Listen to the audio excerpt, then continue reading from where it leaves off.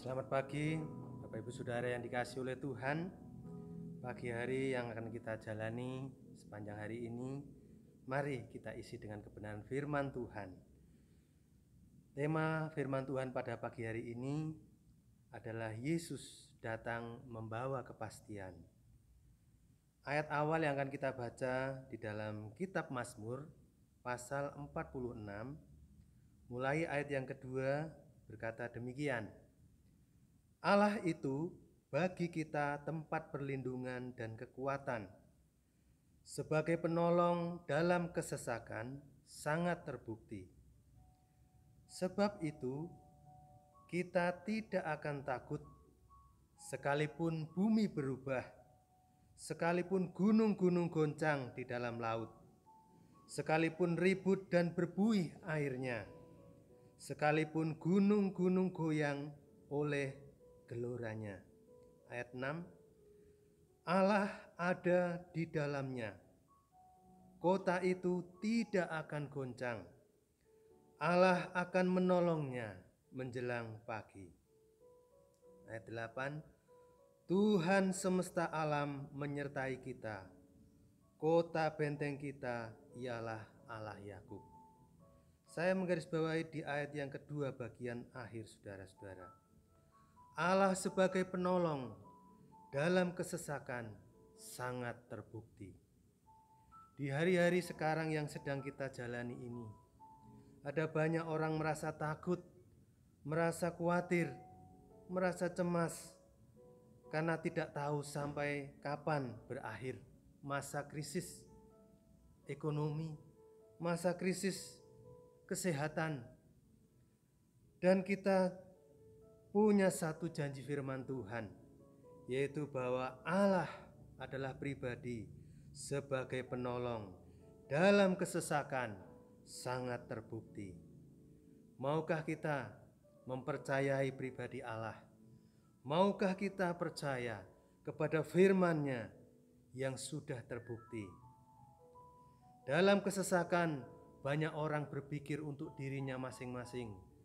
Banyak orang ketika dalam kesesakan enggan untuk menolong orang lain. Banyak orang ketika dalam kesesakan dia berpikir-pikir ketika untuk menolong orang yang akan ditolongnya. Tetapi Allah kita adalah pribadi yang setia. Allah kita adalah Allah yang baik. Allah kita adalah penolong yang sejati.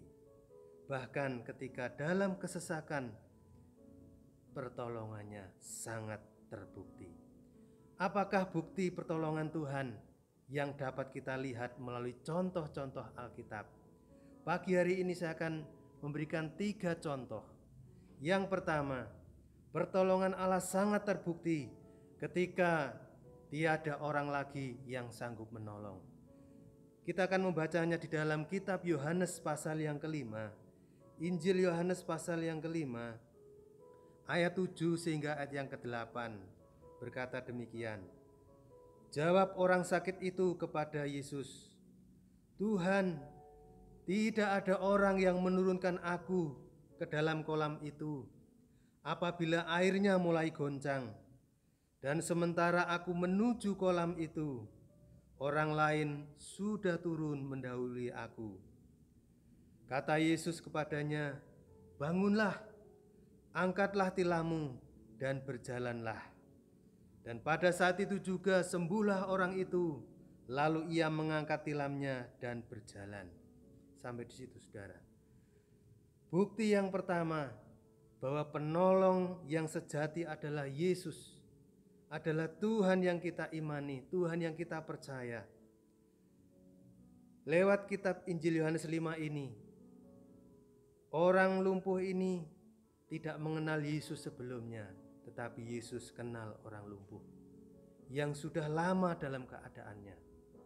Meskipun orang lumpuh ini tidak mengundang Yesus, tidak kenal Yesus, tetapi Yesus sebagai penolong. Karena apa? Tidak ada yang menolong lagi. Tidak ada orang yang bisa menolong lagi, hanya Yesus.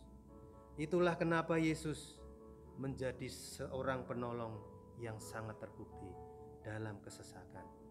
Yang kedua, saudara, Di dalam Injil Yohanes pasal yang ke-21, kita akan mulai membaca ayat 5. Kata Yesus kepada mereka, "Hai anak-anak, adakah kamu mempunyai lauk pauk?" Jawab mereka, "Tidak ada." Maka kata Yesus kepada mereka, "Tebarkanlah jalamu di sebelah kanan perahu, maka akan kamu peroleh." Lalu mereka menebarkannya, dan mereka tidak dapat menariknya lagi karena banyaknya ikan. Saudara yang dikasihi oleh Tuhan, pertolongan Tuhan terbukti pada contoh yang kedua ini, yaitu ketika Yesus datang, ketika murid-muridnya tidak menangkap apa-apa lagi, semalam-malaman tidak menangkap ikan. Dan dalam pemikiran hati murid-murid, mereka akan pulang dengan tangan kosong. Tetapi ingat, Yesus sudah menunggu di pantai. Yesus penolong yang sejati, Yesus penolong yang setia, dan Dia tidak membiarkan kita. Dia tidak meninggalkan kita, anak-anaknya dan murid-muridnya yang dikasihi, dengan tangan kosong, dengan tangan hampa. Ketika sudah bekerja, ingat, andalkan Tuhan. Tuhan pasti menolong tepat pada waktunya. Itulah bukti yang kedua, Dia sebagai penolong yang sangat terbukti. Yang ketiga, yang terakhir, di dalam Kejadian 15, kita akan mulai membaca ayat yang ketiga. Lagi kata Abram, "Engkau tidak memberikan kepadaku keturunan, sehingga seorang hambaku nanti menjadi ahli warisku." Tetapi datanglah firman Tuhan kepadanya demikian, "Orang ini tidak akan menjadi ahli warismu, melainkan anak kandungmu, dialah yang akan menjadi ahli warismu." Yesus yang kita layani, Yesus yang kita sembah, sama dengan Tuhan yang Abraham sembah dan layani. Dia datang kepada Abraham ketika segala sesuatu terlihat mustahil. Namun bagi Tuhan tidak ada yang mustahil. Bagi orang yang percaya tidak ada yang mustahil, karena penolong kita adalah penolong yang sejati.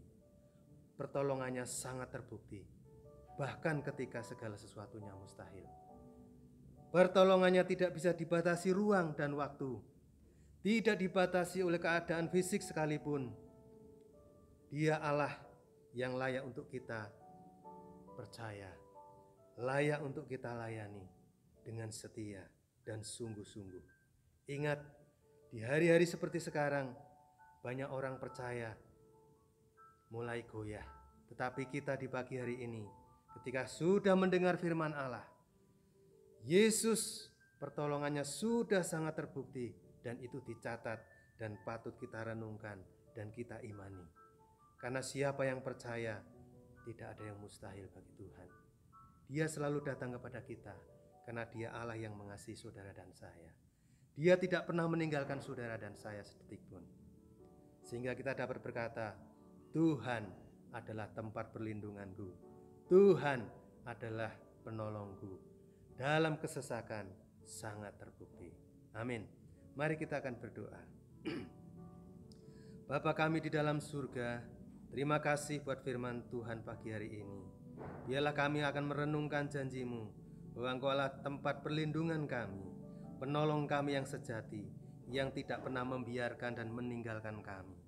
Pertolongan-Mu sungguh nyata dan sudah dibuktikan bagi orang-orang yang sungguh-sungguh percaya kepada Tuhan. Pagi hari ini setelah kami mendengarkan firman-Mu, kami ingat kita mau berdoa buat syafaat-syafaat buat bangsa kami Tuhan, yaitu berdoa buat bangsa dan pemerintahan kami Indonesia Tuhan, buat pemerintahan Bapak Presiden dan Wakil dan seluruh jajarannya dalam mengelola pemerintahan ini. Berikanlah akal budi dan kebijaksanaan. Tuhan juga menolong seluruh aparat keamanan, tenaga medis dalam menangani seluruh krisis kesehatan yang terjadi sekarang ini Tuhan. Tuhan tolong lindungi, Tuhan tolong jagai mereka. Dan kami juga berdoa Tuhan buat seluruh umat-umat Tuhan dimanapun berada, khusus buat kami semua yang setelah mendengarkan firman Tuhan ini. Kami percaya Engkau tempat perlindungan kami. Engkaulah kepastian hidup kami yang tidak pernah membiarkan dan meninggalkan kami. Berkatilah pekerjaan kami, rumah tangga kami, kesehatan kami, masa depan kami ada dalam tangan Tuhan. Di dalam berkat nama Tuhan Yesus Kristus, kami berdoa dan mengucap syukur. Haleluya. Amin.